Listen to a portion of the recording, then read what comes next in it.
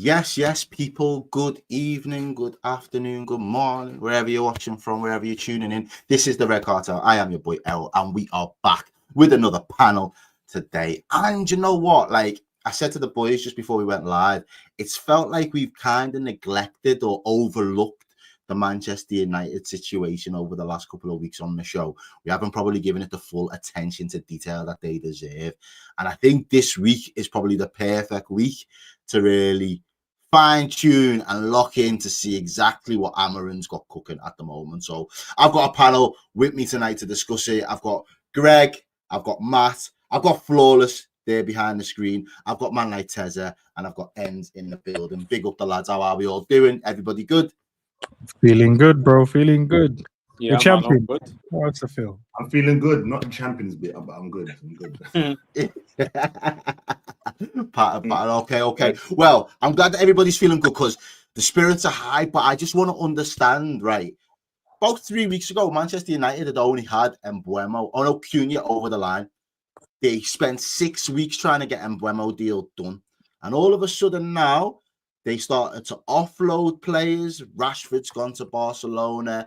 Garnacho looks like he could be going to Chelsea. There are a few other players that have been on the fringe of the squad that Amarin just seems surplus to requirements.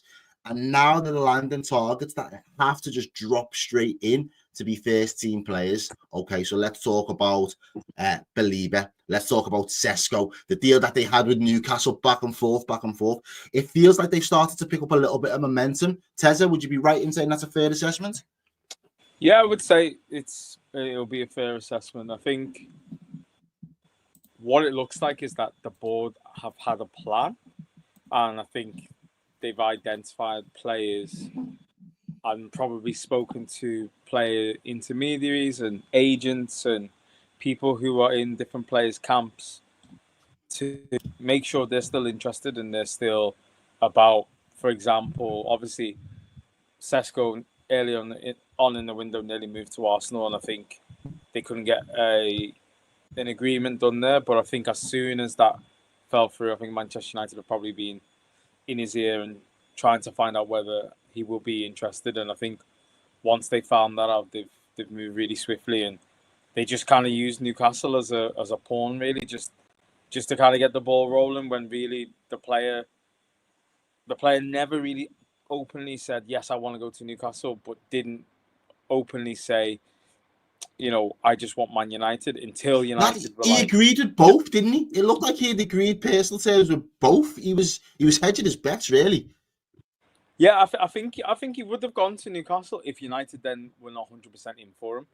But I think him waiting and knowing that, yes, United are actually serious and it's not just interest, allowed him to, buy a little bit of time. And then obviously now he's doing his medical today. So that deal is going to probably be done by Monday at the latest. So, I mean, that's happened quite swiftly.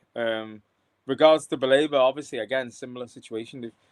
They must have spoken to agents, intermediaries, and probably got word from the player that if this was to happen, then he probably would want to move. Otherwise, I don't think it would have come through the channels the way it has done. It probably would have been a non-starter, but we'll see if that one gets done. That one will be a little bit more difficult because I know Brighton don't want to sell. They're not really in a position to sell, and depending on the fee that they ask for, will also determine whether United think it's good value for business. But I think there's more upside. How much are they talking? How much are they talking in terms of fee for Belieber, by the way?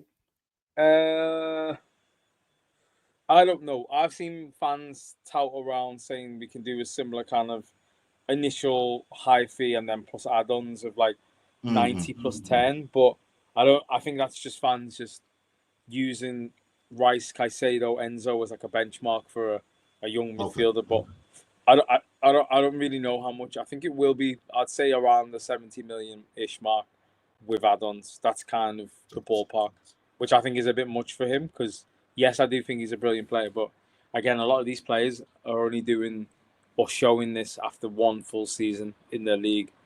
And then they're getting these massive moves, which I think it's the way the market's going. But I just don't. I'm not a massive fan of overpaying for superstars. But if it means you have to pay 15 million more now and then you're not in a bidding war next summer with other teams, then I'd say do it.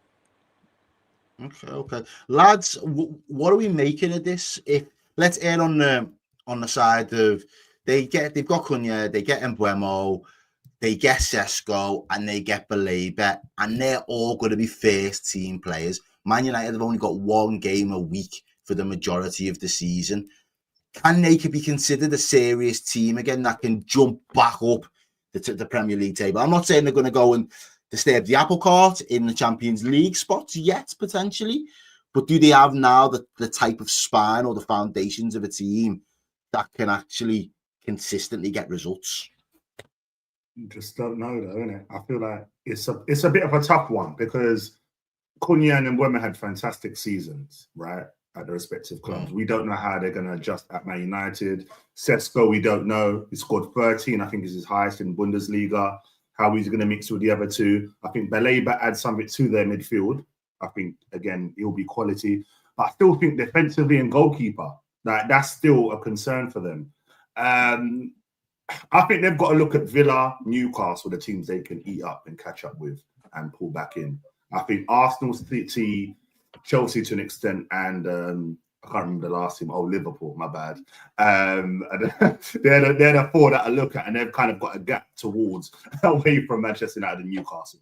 But I think that's great because I think United have shown that it doesn't matter what happened at Europa League final. If you compare their window to Tottenham at the moment, they've got mad pulling power and players. Or their window to Newcastle. Newcastle got a silverware last year, and it just feels like everybody's big bro in Newcastle at the minute and just saying, "Nah, little man, sit there, let me go and get what I need, and then you'll get what's left." You know what I'm saying? It feels crazy. Exactly. Flawless. I'll come to you because we've spoken a little bit in the last couple of weeks about some of your dealings, and I know prior to Sesko being the confirmed here we go settings, it was you was kind of leaning more towards Ollie Watkins as a more of a viable option for you in terms of what you needed right now. But Sesko and Baleba, are you taking that? What you think? Yeah, of course. Like Baleba, like by himself, like even remove Sesko, Baleba's top quality. Like Baleba is top quality. You can see by the response from Manchester United fans. You can see by the response from rivals. He's a top quality player. I think he's a central midfielder that everybody in the league would take, whether you need him right now to go right into your midfield or as an option as well. We've all seen him over the past couple of years. He's a name that gets mentioned I hear on a regular basis. When people ask me, "Oh, what midfielder would you take?" Baleba, but I didn't think it was actually like possible. You know, I thought, nah, there's no way that's happening. And obviously all the news broke a few days ago. Sesko's a decent signing. Like I've spoke to you about it, Errol, and I've said it on my channel as well. Sesko's decent. He's not bad. But he's not good. To me, he's just decent. And for that money, I think you should get more. He costs more than Mbeumo. He costs more than Cunha. So therefore, he should either be better than those two or on a level with those two. And he's not. This is why most Manchester United fans who are pro the deal and think it's a good deal weren't talking about him this summer. When it looked like he was going to Arsenal, it was all jokes. Because if Arsenal would have signed him for this money or Chelsea did, we would have had all the jokes. So, yeah, is he better than what we have? Absolutely. Is he an improvement? Yes. With Mbeumo and Cunha, is it a good trio? Yes. But I think with a Watkins or somebody else, it could have been a great trio. And that's where it could have been one of the best trios in the league. And I think it's a missed opportunity in that aspect. If you add, because those two are a great start from that. So that's how I'm looking at it. It's more so the money. If Sesko was 40 million, I go, all right, but 75, what is it? 74 million they're talking for. It's United have managed to negotiate 66.5, but with the add- with the add-on. So yeah, even that 66.5. So that's around the Cunha money type of thing. Yeah. So, yeah, my point still stands on that. But yeah, decent signing, I would say. Do you think it can take you up the table now if you was to get Baleba, Cunha, and Mbeumo, Sesko? Because they're going to be first team players. It's not like you've got squad fillers in the same way that, you know, potentially Liverpool might have got a few players that can come in and rotate with certain men that are in the first team. Arsenal have kind of fleshed out their squad again. Yous have just gone straight for first team ready players to just drop in. And more importantly, apart from Sesko, 3 of them that have already been playing in the league. You've weakened teams that historically Man United have been better at better than, I should say. But over the last couple of seasons, they've just had a lot more of a cohesive 11, a lot more of a lot more of a cohesive side. So they've just been playing better football than your better brand of football. All of a sudden, you're taking some of their really big players out of their systems. Oh, absolutely. And it's a tried and trusted method as well when you're trying to move up the table. I've said this about buying for the best of the rest from within the Premier League. Manchester United have done it. When Manchester City, they were on the come up when they've done it. Liverpool have done it to an extent as well. We've seen teams do this before. So to me, it makes all the sense in the world. That's why with Mbeumo, with Cunha, with potentially Belibra as well. Why I wanted a Watkins, why I wanted a Mateta, for example, is because you don't have to worry about them adapting to the Premier League. You don't have to worry about that. You don't have to worry about them adapting to a new lifestyle or their family, coming over, new culture, etc., etc. So yeah, do them players raise us up the table? Absolutely, they do, because they're certified starters. Yeah, and that's one thing that Ineos, I think, have done very, very well since they've got here is the transfers. I liked our first window. I like January. So far, so good in this window as well. When I look at it, like, they are really, most of the signings we get, I'm like, Fez, outside of Gata, he's the only miss. And we signed like 8-9 players. So I got Fez. Okay. Lads, Liverpool, lads, what are we saying is, are Man U turning a corner? I'm not even going to say they're back or they're ready to, we don't need to over-gas it. But are they starting to turn a corner? Yeah, leave that to Enz. Enz is going to do that, man. Leave that to Enz. He's saying top 4 charge already. You feel me? No, listen, I said what I said, Flawless, man. Look, your team, I know what you mean about Šeško. A lot of people don't really like him. They don't think that he's good enough. I think most people, not yourself, but most people look at the stats, don't look at the player, never watched the player, probably saw some clips and go, yeah, he's not good enough. I feel like when you're trying to make a team, you have to try and find pieces that fit. And maybe for the manager, it's like, maybe this is the type of striker I need for the other pieces, like a Cunha, like an Mbeumo, to work. Because I think they'll work off of him instead of him being the main man. And I know you go, right, we're spending all that money and he's not the main man. I just feel like when you're trying to build something, you need pieces that's going to allow everyone else in the team to flourish. You add a Belabor in that, bro. Yeah, it's he's a player that I think a lot of Liverpool fans would say they would have wanted in the midfield eventually. But if he goes to Man United, he goes to Man United. Just one of those things. And with the shape and the formation you guys play with the 3 that you've got up front, I think they can cause a lot of damage. And exactly what Errol said, you play once a week, and that's what I said to you as well, Flawless. You're going to play once a week. Don't have to worry about traveling too much around Europe or whatever. The guys can prep ready tactically for every game, so they can look forward to those games and give maximum effort instead of going, I don't want to get injured because I've got the European one or I've got a Champions League, whatever it may be. They can really now focus on charging up the league. While the other guys, we're going to be focused on Champions League. Liverpool's going to be focusing on retaining our title. Arsenal's going to be focusing on trying to do the catch-up. You guys can just pick off those teams. Obviously, I hope you lose against us, but you're going to be able to pick off those teams, the ones on a bad day where they're like, oh, I've got to worry about that. Let's rotate the team. You guys be like, right, let's prep, ready, and go and smoke them. I think that you guys are on the up. And when we was talking, Flawless, I know it sounded like I was taking a mick, but partly, yes. Tell your face that, you know what I'm saying? Man said partly, because when we spoke, it was before the Belieber news and it was before Šeško, correct? It was before both of them, right? Šeško there was a bid in, but it wasn't like, oh, here we go and nothing like that. It was we had a convo, but Belieber wasn't a thing yet. But I remember like, oh yeah, if you can fix them, because we were talking about the midfield and you're like, oh, who we've got left. But now you add that jigsaw piece to there, bro. Like, I think you guys can do something.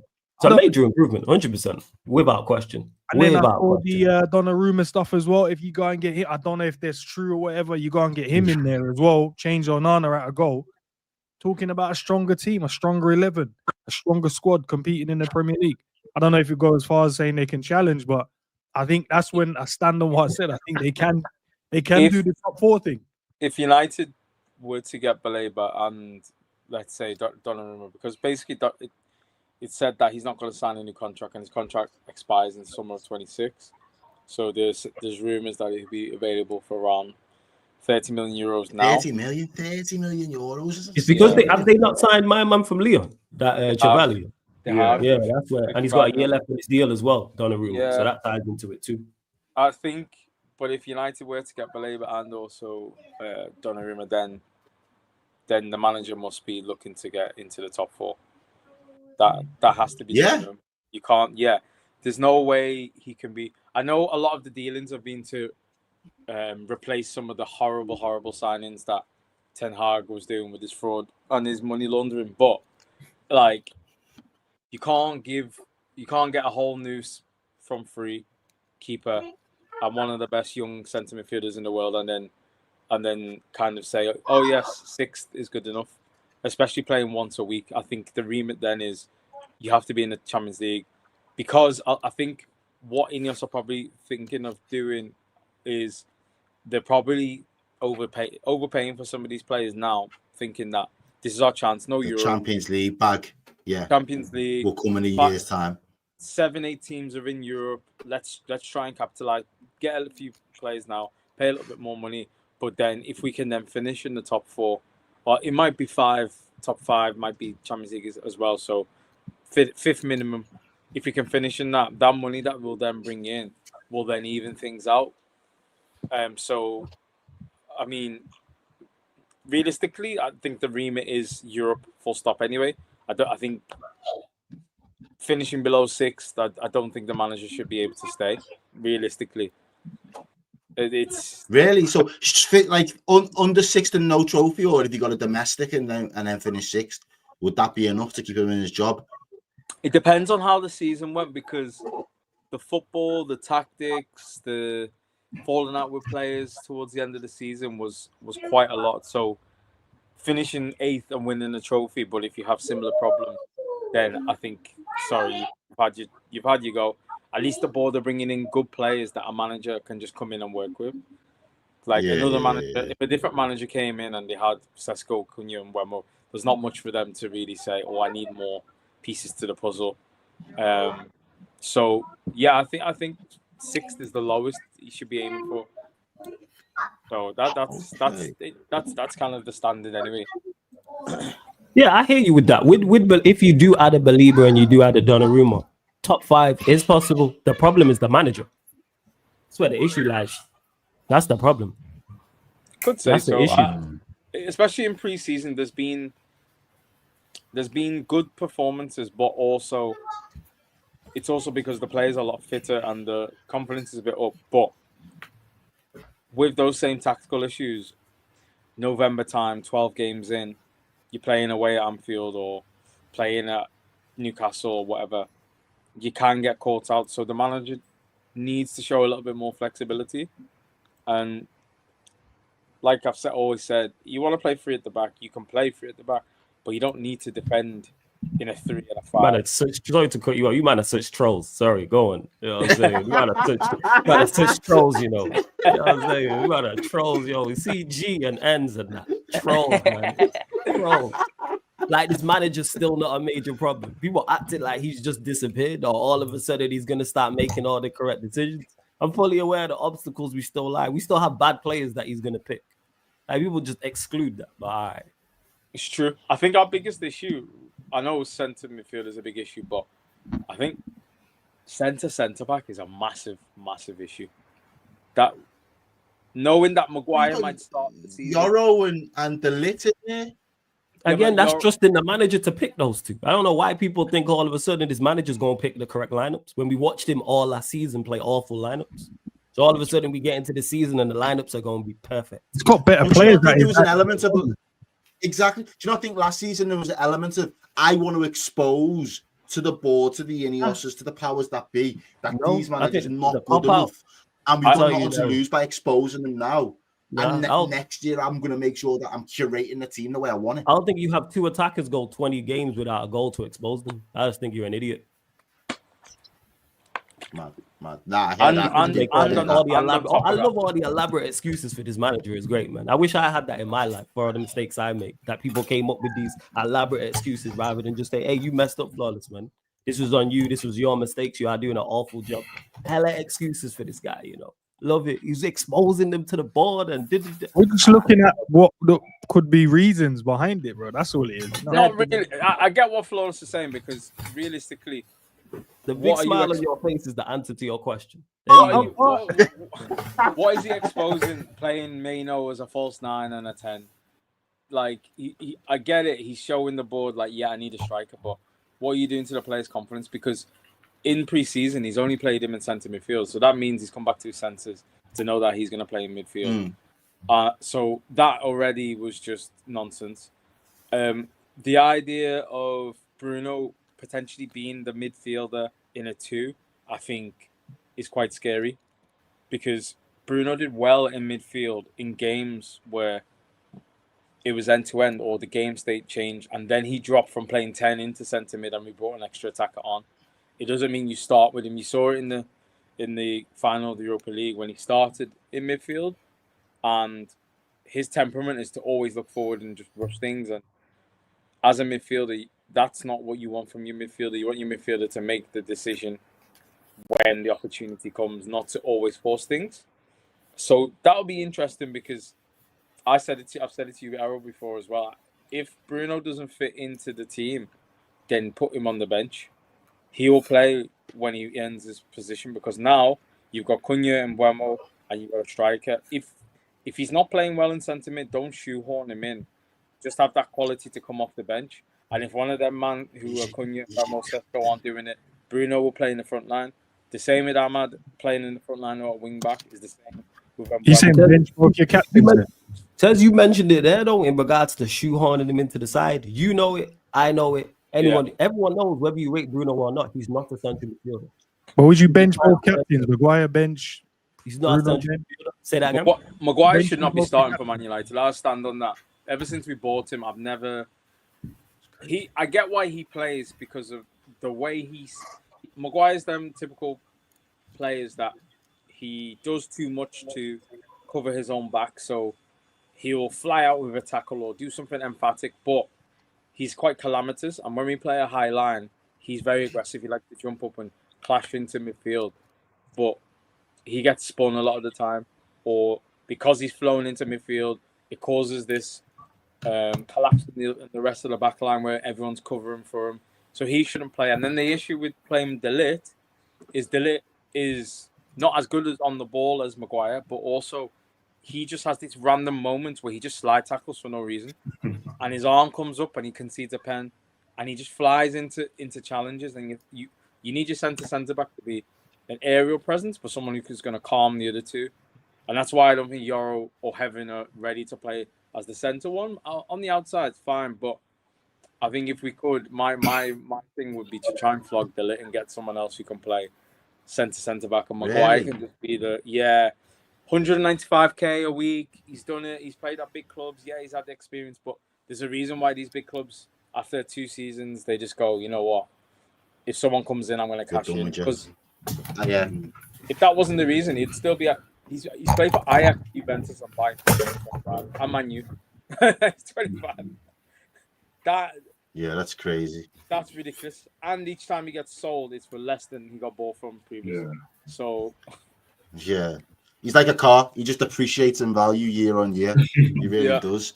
Matt, talk to us, bro, because I know I haven't got along with you, so I do want to get some of your thoughts on it. When you're looking at this Manchester United side now, Tez is there saying the expectation should be to be a disruptor, get yourself back into top 4. Do you think Amarin's got what it takes? Do you think he's getting the tools, so there can be no excuses, or like what Flawless is saying, no excuses? Or do you see it a little bit different and think, actually, you've kind of got to give him a little bit of leeway. He's got to bed these new players in, and we're probably being unrealistic to say they're going to shoot from 15th to go straight into 4th.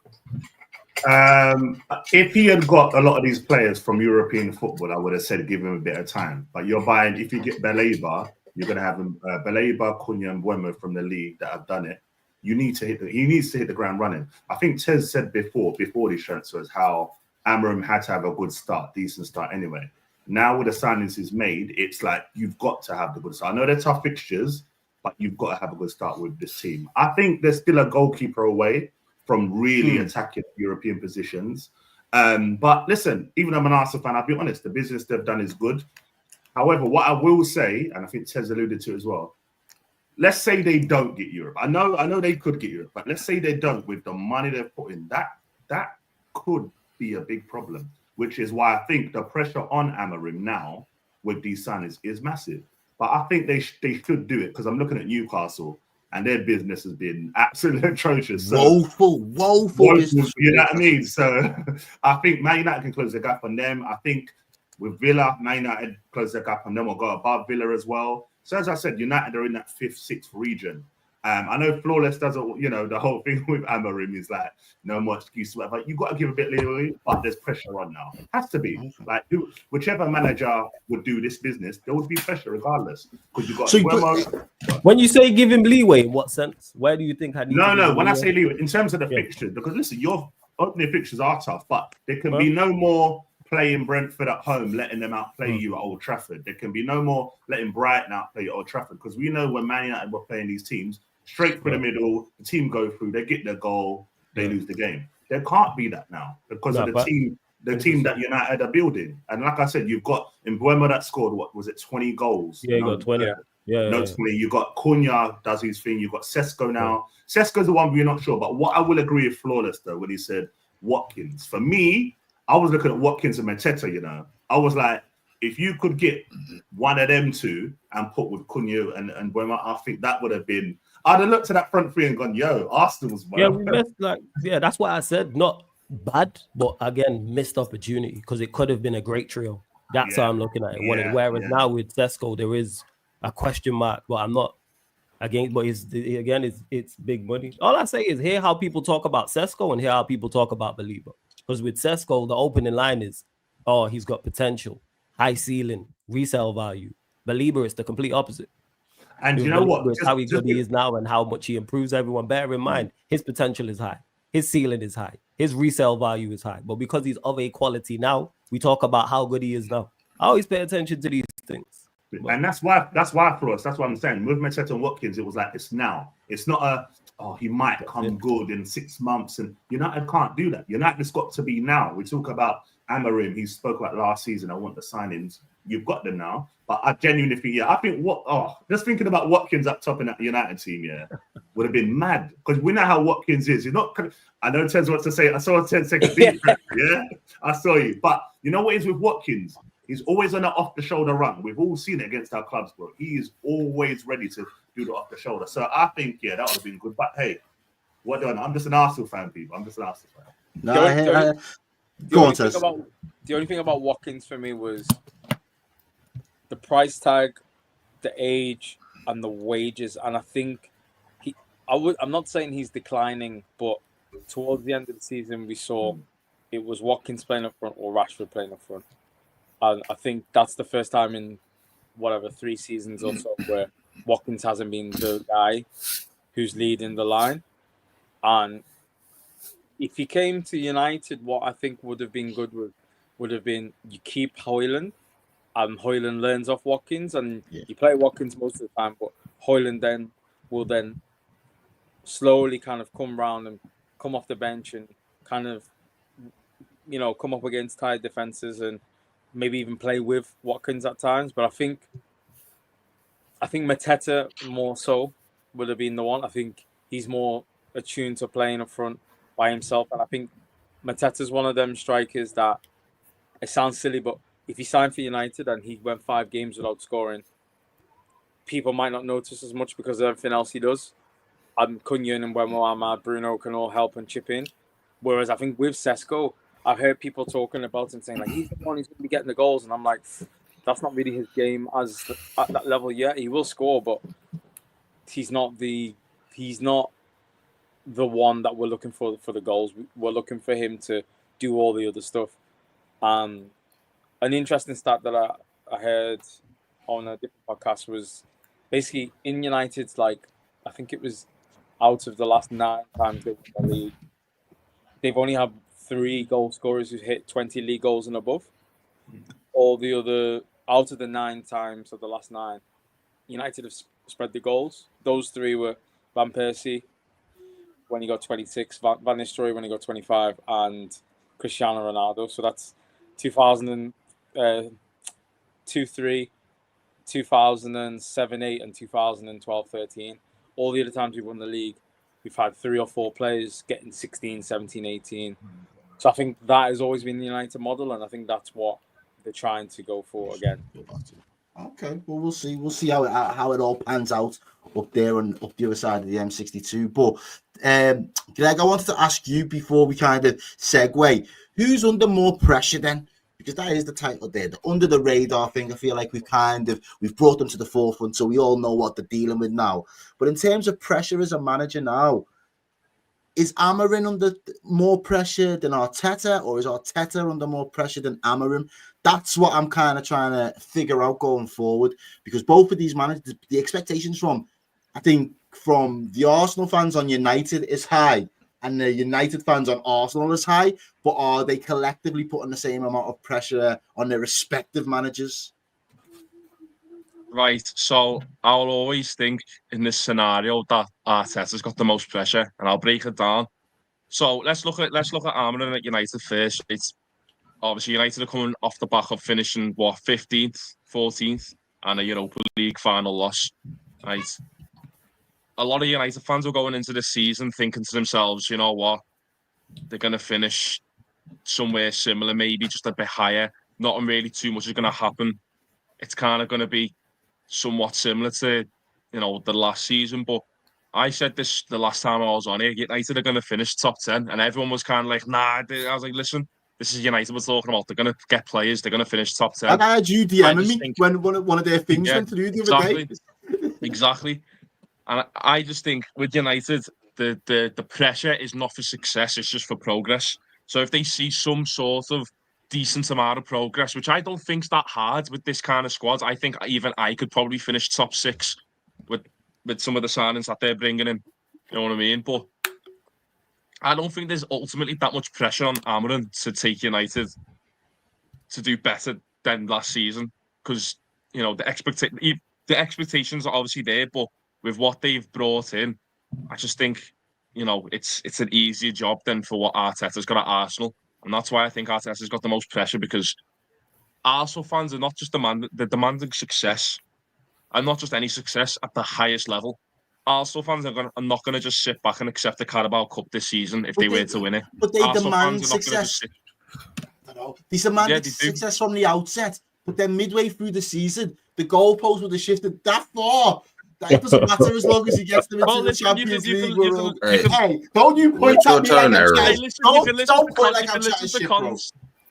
You can listen to what the con says later, yeah. But I'm saying now, there's obviously a lot more pressure on Arteta than there is on Amarin.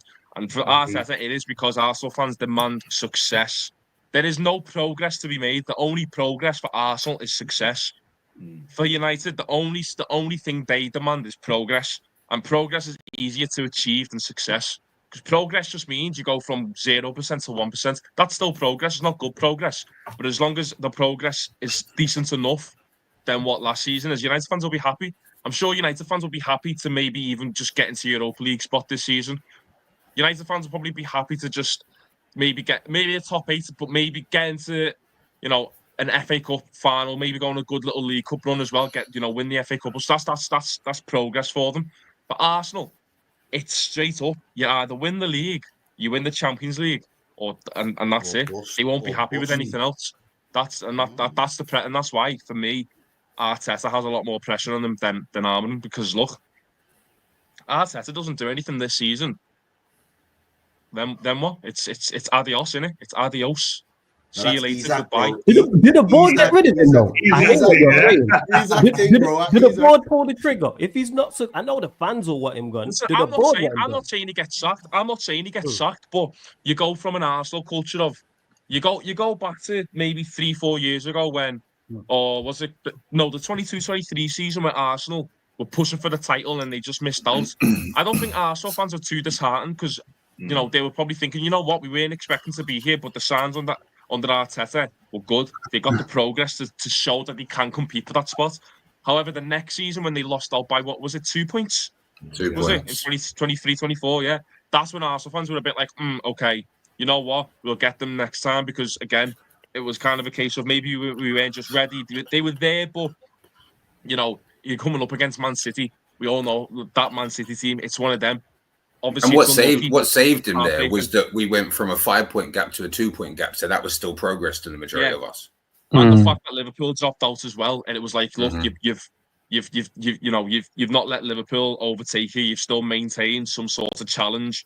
you take those, because in the first season they didn't shout, like they got to a point and they bottled it. The second season, I hate it, my unbiasedness, right? I hate it when people say Arsenal bottled the 23-24 season, because they didn't. Arsenal challenged, but they didn't bottle it. But that was the progress, and Arsenal fans were happy with that, because it was like, you know what, we didn't bottle a winning position, we challenged to the very end, and that's why they went into the next season thinking, right, this time Arsenal are going to do it, and then losing it the way that they did by a 12-point gap in April. That's you know, that's not progress. That's not success. When you get to that stage of progress, when the only way up is success, that's when the questions start being asked. And you've gone from a culture of Arteta's taken Arsenal to the next step. He's taken them to the consistent success, to he's taken us as far as you can. That's when the Arsenal camp starts getting a bit rowdy. That's when the Arsenal fans start getting a bit rowdy. That's when you start going into the Emirates every week, and the Arsenal fans are not creating an atmosphere for the players to succeed. They're creating an atmosphere for a tense one for the players to switch on, for the manager to switch on. It kind of goes from we appreciate you and we love you and we want to support you, to your best lad, get your act together. And that's the kind of the switch that we saw with with Arsene Wenger. He went from being loved, adored, and look, the standards weren't there, and you can see how quickly the Arsenal fans turned on him, how quickly the atmosphere in the Emirates switched. It'll be the same. It'll be the same this season for Arsenal. If it's not success, I think it's mad the way that they can build that momentum in such a quick way to drive some level of negativity towards the manager or towards the board, but they can't channel that same positivity to be like, right, when we've got the momentum and there's 5-10 games left to go, every week's must win, so we're geeing you up and we're giving you that extra support and becoming the 12th man, so to speak. Connor, do you agree though? Do you think it is Arteta under more pressure than Amarim, or do you not see it that way and you think, you know what, irrespective, Arteta's going to have a good season this year? No, 1,000% it is, because I mean, I can't really do anything but parrot what Greg just said. There is a higher expectation for Arsenal, not just from Arsenal fans or United fans towards Arsenal. It's the league. Everyone looks at it and goes, well, Arsenal are going to, they need to win something. United don't right now. All right, then let me ask you this way. Can Arteta handle the pressure then? Because if you accept that it's there, has he got what it takes to handle it? He has no choice. We'll find out this year. Do you know what I mean? Because like we said about the last few seasons, right? Obviously, first season we finished second, we didn't really expect it. We didn't know that team was going to perform the way they did for the entire season. Second season, like Greg just said, we didn't bottle it. We challenged. City went on a rampage for like their last 10 games. You couldn't move. No matter what was going on, they were winning. Last year was a mess, and Arteta has the blessing of us having so many injuries, which I think has 1,000% given him more time. So this season, pending there's no injuries, there's no excuses.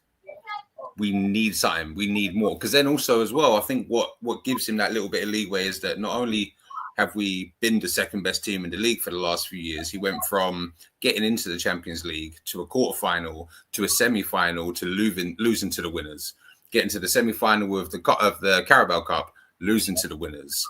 So there's all these little things that get put into place that I think give him a little bit more breathing little things, excuses. Breathing room. Hey, my excuses. That's I'm saying why he's those still little there. things that you're just, do you know what I mean? Fit in. Other people might just call them excuses, bro. Hey, what are excuses? Excuses. We lost to the eventual winners of the Carabao Cup. We lost to the eventual winners of the Champions League as well. Like, but you lost in the final of the Carabao Cup. That's a mess. No, but I guess in the context of a fan, it's not really an excuse. What are excuses other than reasons that other people don't want to hear? It's different when you look at it from a fan perspective and from Arteta's perspective, though. Because if you're looking at it from a fan perspective, it's like, look, you've got all these reasons what you're looking at to why you can maybe justify Arteta having breathing space. Mm-hmm. You know, when everyone else looks at Arteta saying it, that's when it becomes excuses, because it's just the context of who's saying it, who's perceiving it. Because Arteta can come on a press conference at the end of the game or an interview, say all these reasons and completely just, say what he wants and just get away with it, because the board will just see it as, breathing space. Look, fair enough, that happens. But fans will take it. Fans will always see it as excuses. Fans will always see it, but Arteta will just see it as breathing space. The board will see it as breathing space. So what we see as excuses, that's what they will see. The upper heads, that's what they will see as breathing space. And ultimately, as Con said there, I just think that breathing space has become minimal. What if they go this season, right, and finish second again? No excuses, no injuries, nothing, just finish second. No, but I even think before he goes, I need to know, Matt. Like, Enz makes a very good point there. Thank you, Enz. Thank you. No, I want to know. I would love to know what happens then. Repeat that one, Enz. Repeat that one. No excuses, no injuries. You just finish second. Does the manager stay again? No, listen. I said to you like the first time, and me and Con have said it all the time. If he doesn't win anything, you finish second, you're gone. I don't care about this or that. Listen, if he finished second and won me a Carabao, I still want him gone. If he finishes second and gets me an FA Cup, gone. I want the Premier League badly. Like, I don't care what anyone says. When we lost to 22-23, that hurt. I was like, you know what? Cool, I let it go. Then to lose it the way we did the next time, I went, and that Greg said. Then we've gone into the third one. I went, you know what? What, City, this and that, Rodri's out. Oh, slot, we're ready. And to lose the league the way we did, we drew how many games? 12 games. Like 14. 14, sorry. Was it 14 games? 14, we drew. By the way, you never win in the league drawing that many games. I don't care how many wins you got on the other side. You never win in the league drawing 14 games, by the way. Exactly. That's like half the season, you know that, right? It's mad. And you know what it is? I feel like as fans, I don't know about you guys, but there's certain games where we don't win and it clicks in me. I go, yeah, we're not going to win it. When we drew to Everton at home, I can't remember what month it was. I went, that was around March. I went, wait a second, Everton at home. We never draw. We beat them 4-3, 4-0. And I'm like, it's done now. And that's why we had Everton, Fulham, and United in the space of like 5 weeks. You see what I'm saying? So for me, the pressure's amped up. I'm on his neck come November, December. Matt, sorry, Matt. I don't want to be. I know that's what you think, right? And I'm sure. Is it Connor? Is it? Sorry. Yeah. I'm sure you're on that same page. But like, just looking online, just looking in the wider spaces, I think if he gets second again, I think some would still think like he should stay. I think they'll be like, for me, it's not even. I honestly believe that's what they'll think. And it's not even that. It's not even about what the fans think. I just don't think the board pulled the trigger on a manager that finishes second. They see that as too stable. It's not volatile enough for us to feel that something needs to be done. If it's not broke, don't fix it. Do you know what? I would have agreed more if it was still with Edu. I'm not saying Berta's coming on the next team. That could be a valid point. You know what I mean? So I feel like, because if you look at, I think with the striker thing, that's the whole thing about Arteta wanted this one. I think Berta was linked with Gyökeres from Atletico times, and that's what he wanted. And I think we're going to get to the point where Berta might talk with the ball and go like, it's not working. We've got the players. We'll give you the players now. Now I want you to show me. And that's my thing. I'll never use just fully the injuries. We didn't score enough goals. We drew games. We got stupid sending offs, and we did bottle it in some games. And I just feel like when I'm watching, I'm like, you literally have no excuses this year. And then I'm hearing now about, we might get a winger. We might not get Eze, this, that. I'm like, what? So you bring me a Madueke and you're not going to bring me an Eze? You're asking for, like, it's just nuts. It's just people got to do all this extra stuff. That's why, man. Like, that's what it is. When it comes to Arteta, it's like, he's not good enough. Why can't we just openly, honestly, and say this? But if they do indeed finish second or they do finish third, even if the board pull the trigger, there'll be Arsenal fans that back it just because they like him. That's what it is. You know what as well, Flawless? I find with Arsenal, again, and this, I'm not just digging at them, but it's not just Arteta thing. You look at players, for example. I look at Martinelli not performing well. Our team wants him for a lot of money. No, we'll give him one more year. Still, the guy, whilst he's got a bit of value, you're not performing, you've got to go. The problem with Arsenal, we wait too long. We did it with Arsenal as well. Waited a bit too long. Arsenal, I think he did, what was it? You don't historically sell well, though, either, though, Matt. Historically, you don't really sell well. Your highest ever transfer sale is still Alex Oxlade-Chamberlain. Oxen and Iwobi. to us, and that's crazy. Crazy. Well, When you see the money getting thrown Greg's laughing, out, Greg's laughing, bro. You Liverpool fans, you love it. But No, because we get good money for our players, man. But also, No, you as well, do you do. think the players are going to be like? I'm looking at the players, guy. Are you guys ready to go again, though? Are you ready to I think we go are. again with maybe City being around, maybe the signings they've made as well this season? I Are genuinely they going to be believe. ready to go again? I think we Chelsea are. have got too many cooks. Chelsea got too many cooks in the kitchen, nah. Chelsea are and gonna City are driftwood. Do you know what? I think Chelsea will do well. I think obviously you guys are going to do your thing, Liverpool. I genuinely believe we will do well. And you know, I'm looking back. Do you remember like people are like, oh, Gyökeres this, they're laughing at Gyökeres. I'm not saying it's Haaland level, by the way, what I'm about to say, please, people, before everyone goes mad. Do you remember when Liverpool played City in, I think it was Community Shield, and Nunes scored and Haaland missed the chance, and the memes were flying out. They were flying out. Oh, this and that.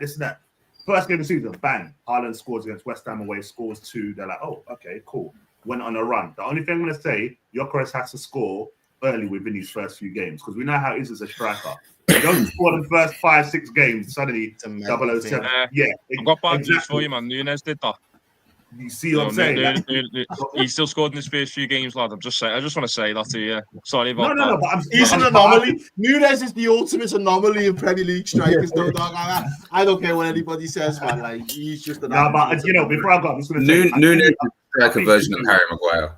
We say Nunes is what? Yeah, He is. He's a meme central. Do I have to remove you again, bro? Sorry, go on, Matt. Just before you go. No, before I go, I was going to say, like, I look at Arsenal team and what we've done. We've now got a team where if someone gets injured, someone can come in. Because last season we had the problem we had. Timber come back from an ACL or MCL, whatever it was. Tomiyasu never played, so Timber had to play right till the end. Ben White then got injured. We didn't have that replacement. I think Gabriel went out. There was so much all this chopping and changes. So when I look now, you've got Norgard coming, cool, steady the shit, steady Eddie. You've got Mosquera doing his bit. Good young talent will come in for Saliba. I genuinely, honestly, I think we're gonna hit the ground running. I think first 6 games, I'm gonna say it. I think we get minimum 13, 14 points. I'm saying it. Tell them. Which game? Wait, how many games? The first 5. First 6. I know we've. Listen, but okay. You're saying you're playing on building them first 6. We'll get 15 out of the first 13 points out of 15. You come to Anfield. Come on. Just a quick question. Apart from your main 3 midfielders, what's the cover? Can you tell me who the covers are? So for what player? For your main 3 midfielders. That's a bad guy, you know. So you would go, no, God, we're going to get Eze. Eze is going to come No, we ain't doing that. You ain't at your club. We are doing it. I'm not hearing hypotheticals here. I'm not listening to hypotheticals. At the time of recording. Listen, even with that, we've got our wonder boy Max down. We ain't got what we've got Ethan 1 year. Matt, it's a very simple question. Just before you go, your midfield, your 3. Who's the backup for those 3? So if we've got Zubi, Odegaard, Rice would be, let's say. Yeah, that's your 3. No guard would be in a bench. Look at Greg. Now who's it? No guard. Wanyeri and someone else, right? Moreno. Or Havertz potentially. Or Havertz. So what I'm saying is, if we That's come, a bit nasty. I'm going to say it now. We come out the first 6 games unscathed, yeah? Because I always say, I'm big on. You are coming to Anfield. Anfield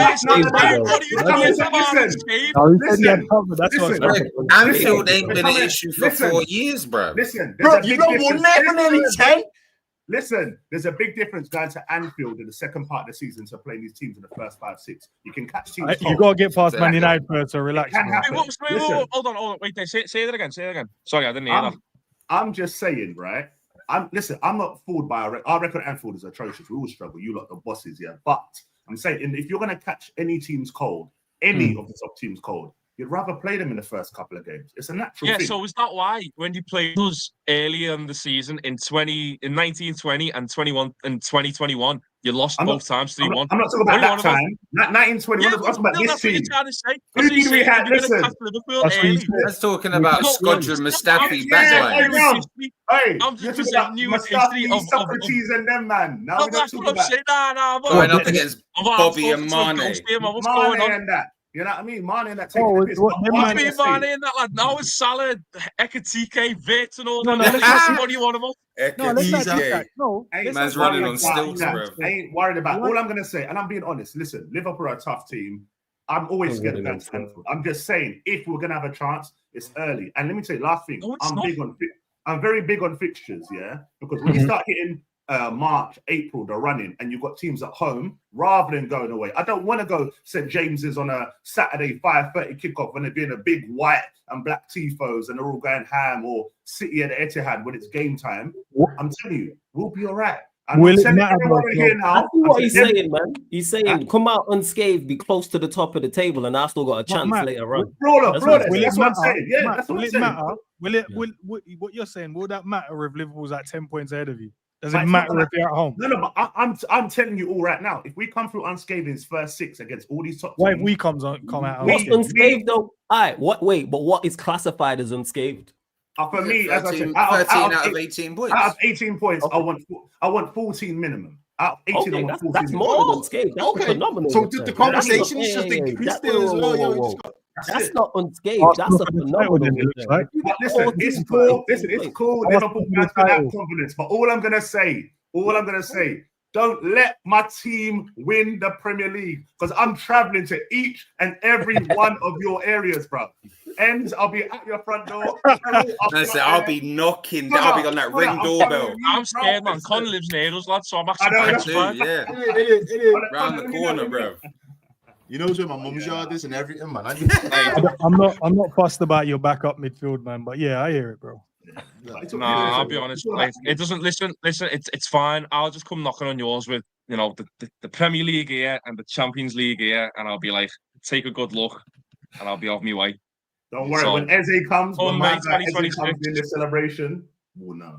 Yeah, my Come guy. May 2026. I'll just, No, I know no where more my of team's this gonna be. watching. No more watching Errol enjoying and ends out there in Liverpool and Coppish all smoke going everywhere. You lot ain't doing that this year. This year, videos. One thing I will say is, though, it is going to definitely be harder. Like last year, City falling off was a massive incentive for Liverpool to just keep the train on the tracks and just see where we end up. As you say, that last 10 games, are we in a position to go and attack the league? And fortunately enough for us, we was. Arsenal didn't look like we could really close that gap in the same way. This year, I do think Chelsea are going to be a problem for a lot of teams, and they're another one that's kind of gone under the radar. They're not part of the cartel, but they're a team that we should all be taking seriously. I think, obviously, the resurgence of a Manchester United, in terms of not necessarily league form, but I think in particular United will be the what's it called, the hiccup for a lot of all the big think. teams. So all the big teams that have to, like the Cities, the Arsenal, when we book United, they will feel like big games again all of a sudden. United That was for a lot of last year teams as this well, season, which was weird. United for a lot of teams this season will be what's it called, the kind of the glitch. You know what I mean? Like United this season are the kind of team. Spoiler.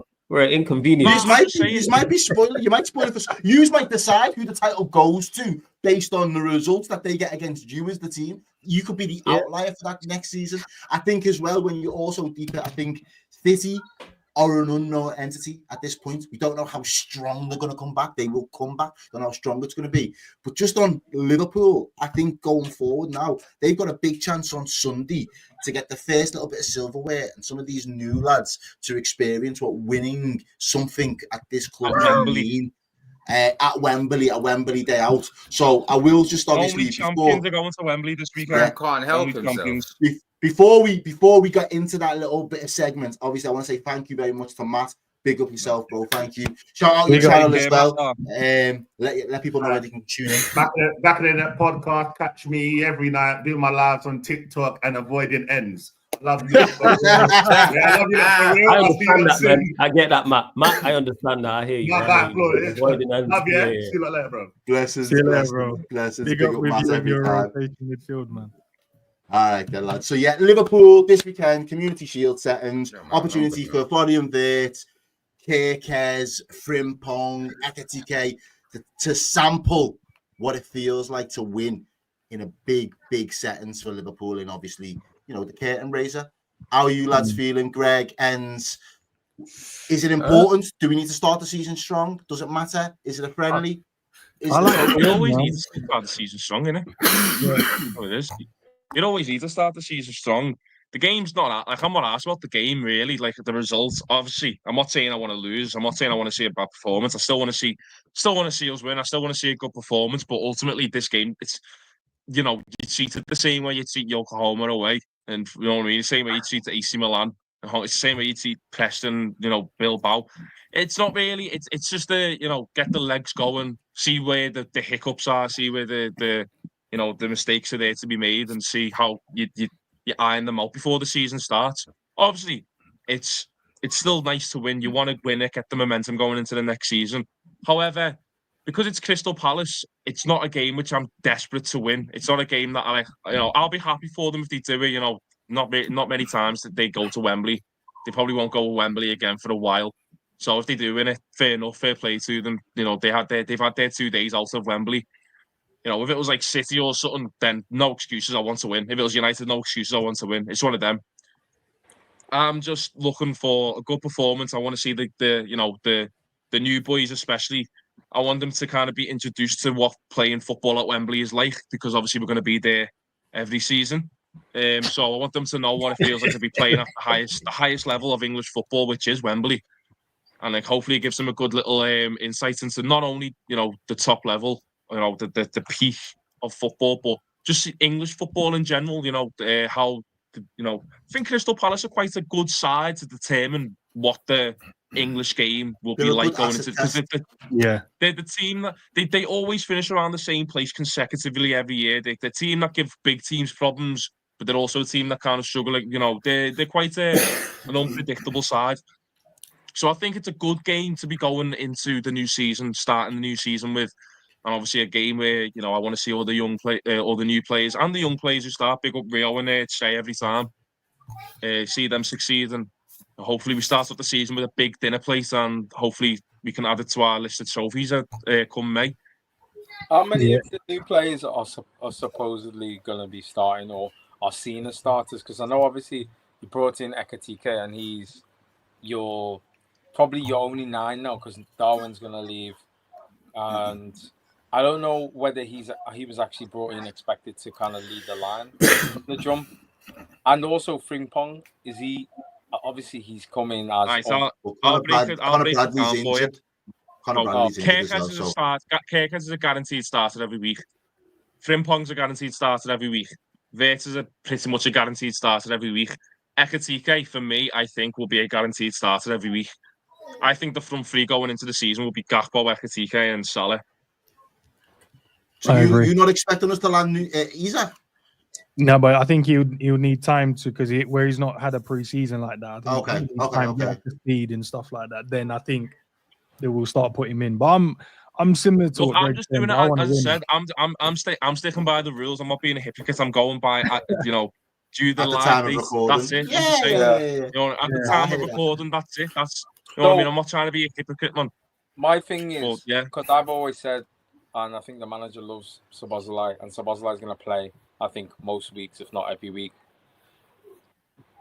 Do you actually think Wirtz is going to be the 10 and not from the left, and Szoboszlai, McAllister and Gravenberch will be in the middle? Look, it's definitely going to be the. Look, we will see.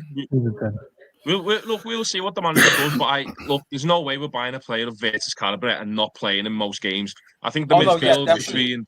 You've got to play him in his best position as well.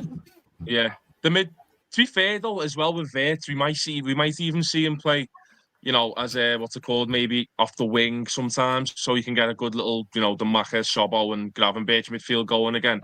You never know, because look, I think for our attack, it's not thin, but last season we had a lot deeper attack in terms of options. We don't really need to get into any reasons why for that, but because of that, obviously you might see Wirtz even play a bit of a forward role, because he's not, he's got the technical ability to play, as a drop deep number 9, even as a false 9, kind of like Firmino. He's got that. He might not have the same profile, but he's definitely got the ability and the understanding of the game to do that, which allows obviously more advancements in the midfield for the main midfield 3 from last season. So you never know. We've got versatile players. We've got very versatile players who can play anywhere. Look, we've got Rio. He's 17 or something. The geezer plays like he's Messi. We got Train Ione. The guy's rude Hullet. The fella, he's 18. He can play wherever the fuck he wants. He's not asked. Slot will say, Trey, you're playing here, and he'll go sound, and he'll put in a 7.5 at least performance every time. He's bossed. You know what I mean? We've still got a very good squad, and I think with the midfield situation, it's just one of them. I think Slot will just play whatever feels right going into that game. We've seen it. We even saw it under Klopp. We see different midfields played. You may think, why is this midfield playing? But then you go and, you go and play and you win. It's just one of them. We've got perfect midfield depth. I personally think for any situation, and I think that's the reason we slacked last season, especially in the Premier League. I mean, especially in the Champions League. I think the depth this year allows us to mean that in the back end of the season, we'll be able to put out a fresh midfield that can still win the midfield battle more often. And I think that's what he's trying to gear it up for. The minutes will be managed in such a way that it doesn't matter who comes in from end of February to the end of April. Whoever starts is the fittest available person in that respective position. And I think that's what he's trying to gear us towards. Ends though, obviously, I want to get your perspective on it, bro. Is it going to be a big game for us? Is it the right way to start the season to really kickstart Liverpool's season? Look, I want to win every game we play, man. So I know most people kind of look at it as a glorified friendly, but I think in every other league they count that you have to win something or finish in a good position to actually compete for this at the early stage of the season. So for me, I want to win it. Will I be asked if Palace won it? No, but I'll still be a bit annoyed that we didn't do it because I want the new guys to, exactly what Greg said, I want them to feel what it's like to win early so they know what that feeling's like, see the fans celebrate, see the songs that's been sung.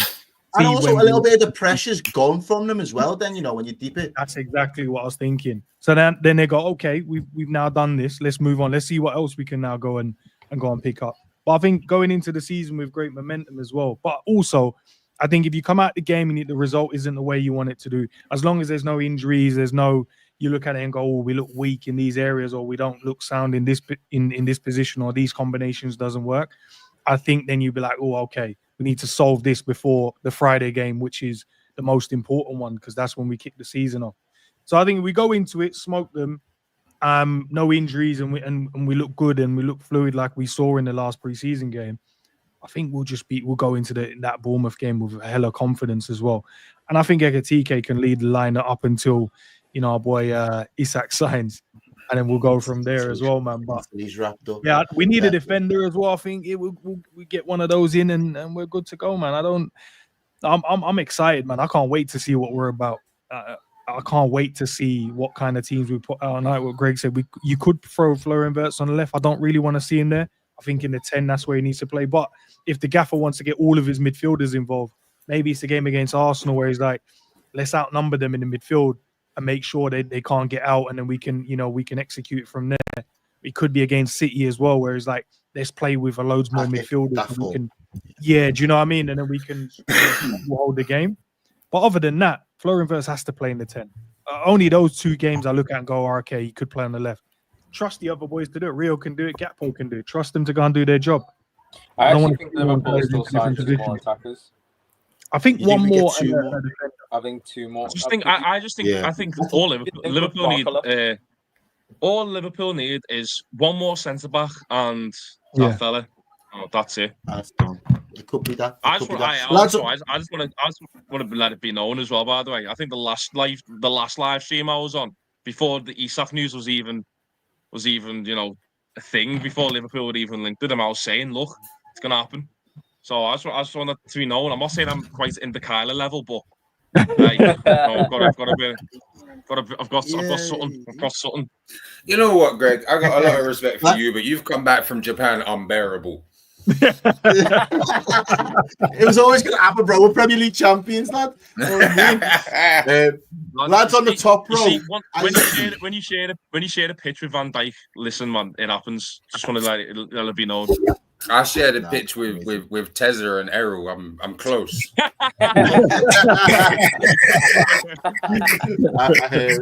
just want to ask the lads on the top row real quick. Score predictions for the Community Shield. Do you think Liverpool do start the season with some silverware in the locker? 4-2 Palace. Yeah, the way Mateta you lot been, hat-trick. yeah, the way you lot been hyping this up, fuck Liverpool 2-1 Palace. Yeah. 2-1 Palace, yo. Okay. I thought at first I'm like, it's the Community Shield, but man, I talk about the importance of it and the new players and anything to even derail your season by just a little bit. Yeah, 2-1 Palace. Bro. Well, you've already done that getting Sesko. Sesko's derailed it a little bit because we'd have had don't blame him. No. You would have had him. Down for Isak, man. That's all it is, yo. Just pay the money. Just put the money down, man. You lot It's got not the bread. money that we want to give them What the do you money. mean, But pay the they're money? saying, nah. Put the Nah, money down. They need a player first, bro. Yeah, they said they want to play it in before. Yeah, Before yeah. they sell him All of a sudden care about Newcastle's Wells beating and that. Yo, just flat down the 150 and he's there. You know what man. United I'm should do? saying? United should offer Hoyland to Newcastle just to Yo, rub just it. put the money down. Yeah, and Tezza, you got to stop with this Hoyland stuff as well, man. You're a nice guy. Yeah, you need to stop with this Hoyland stuff, man. No, I'm what I'm saying saying? Newcastle should take him. I'm saying Oh, yeah. I'm Yeah, with you that's on what that. I'm Yeah. saying. What I'm talking about before. the only thing Nah, about Rasmus is Hoyland, your number 9. the only thing about Nah, it's Hoyland Benjamin is Sesko. Now, that I think bringing in Sesko is still going to have the same kind of pressures that Hoyland did have. Even though Sesko might be a better player, I still think United need one more. I know, obviously, you can do Cunha and you can do Mbeumo up front and stuff, but that's the reason why I'm like, I would actually keep Hoyland if Sesko comes, well, when he does. But if you do let him go and you get the money in, perfect. But hopefully on the weekend, 2-1 Palace, Mateta and Eze to score. But I think Liverpool will actually win. Some 2-1. haters, boy. But I think hopefully Palace. Haters in the building, though, you know. Haters, Right boy. above it. yeah. Facts. Fuck you, lot. Haters. Yeah. That's how it should be. 2-1, That's how I 4-2. know it's a new season. Because back in the last season, he was all deflated and he was like, you know what? Fair play to Liverpool. They've been the best. You can't do Yeah. that. But now there's a new season. You've got that energy about them again. They're like, I'm a hater with Errol. I'm a hater with class. If you win the league, props to whoever it is, and you lot. Hater So with I'm not gonna hate. If you win the league, you deserve it. Man will congratulate you. You lot did that 110%. But I still fuck you lot regardless. You know what I'm saying? 100%. Yeah, you vote. Without question. 100%. You lot I win the live here. I live here. I love this city. But that club, you can go slip on some black ice and step on Lego. I don't care. Wow. Don't forget, I also know where you live. So we'll pull up. I've got somebody to pull up outside yours with banners and flares just now. But no, lads, thank you very much for joining us again. It's been another great show, which is I really do enjoy these panel shows on a Friday. I do look forward to it. It starts the weekend right for me. We will be back. It'll be on Redmen on Sunday. We'll be doing the watch along. I will be one of the hosts on that as well. So make sure you tune in. But lads, before we round off, I'll give you guys a chance to shout out your channels, let people know where they can follow, and yeah, keep tracks on the content that you're pumping out at the minute. Who wants to go first? Oh, I'll go first, though. Run it. Listen, football events, guys, Liverpool fans. So if you want to come and support it, we have a laugh. We don't take things too serious, but we have great football knowledge, the way we speak about the game. And then we just troll a lot of the other teams like Man United. Even though I want them to do okay this season, I feel like the little brother, you gotta make sure they're all right this year. So man said promote what you got going on, not take shots at United, yo. This guy is ridiculous, yo. This is outrageous, yo. It's like I call you out all the time. It's embedded, bro. Nah, you see, I can tell there's deep-rooted trauma inside ends because you know what, brother? I get it too. Like, we were shit we were shit back then. Oh my god, I know every time you went into the schoolyard as a kid. Do you know what? All my mates are Man United and Arsenal. Like hardly any Liverpool ones. It's only now since I've been doing YouTube. I'm like, right, there's more. Okay, There's more of us. There's more of us. United. It's just Man United and Arsenal the whole time. Like, oh yeah, and the only time we could speak was when we had Gerrard. Torres, in the Suarez, Gerrard, Suarez, Sturridge, them. They were the highlights for a long time. But yeah, football events, guys. If you want to come and support, but big up, appreciate it, man. Big up.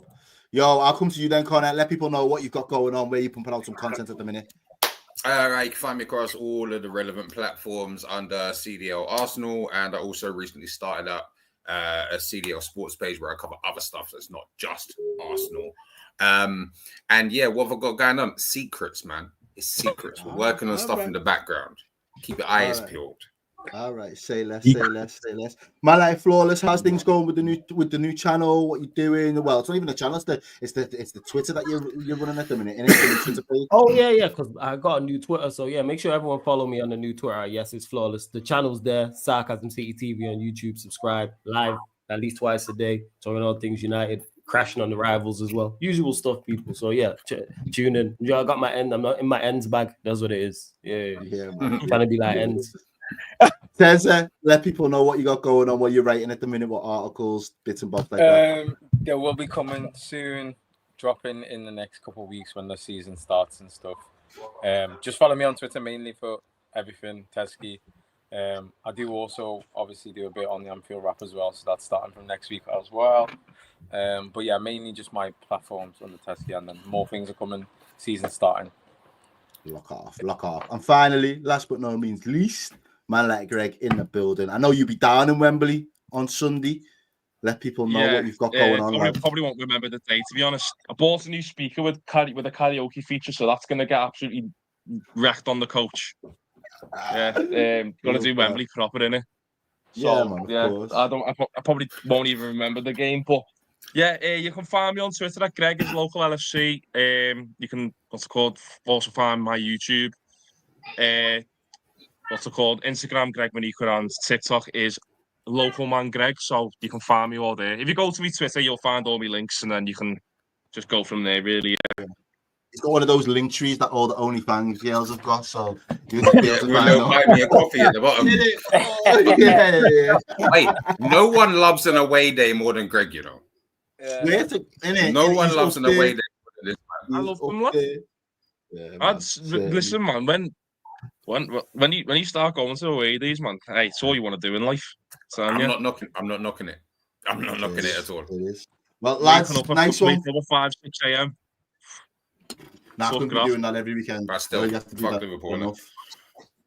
Anyway, thank you very much for tuning in. Big up everybody in the chat that got involved as well. Make sure you do like, share, subscribe, all of that good stuff to the channel. Big up all the man. Then make sure you are going to follow these lads on their individual endeavors as well, because the more they're able to do that and grow their channels, the more that we can grow some of the stuff that we've got going on over here, the bigger and better we want to do. So next season, we want to go up a notch and go up a level. So thank you very much for tuning in and riding with the Red Cartel. We will be back next week with another one. It'll be earlier next week, people, to just let you know, because Liverpool are kicking off the Premier League as well at 8 o'clock, so there'll be a conflict of shows, so I'm going to try and run it a little bit earlier if we can for you. So make sure you tune in and support as always. But over and out, and we will see you in the next one.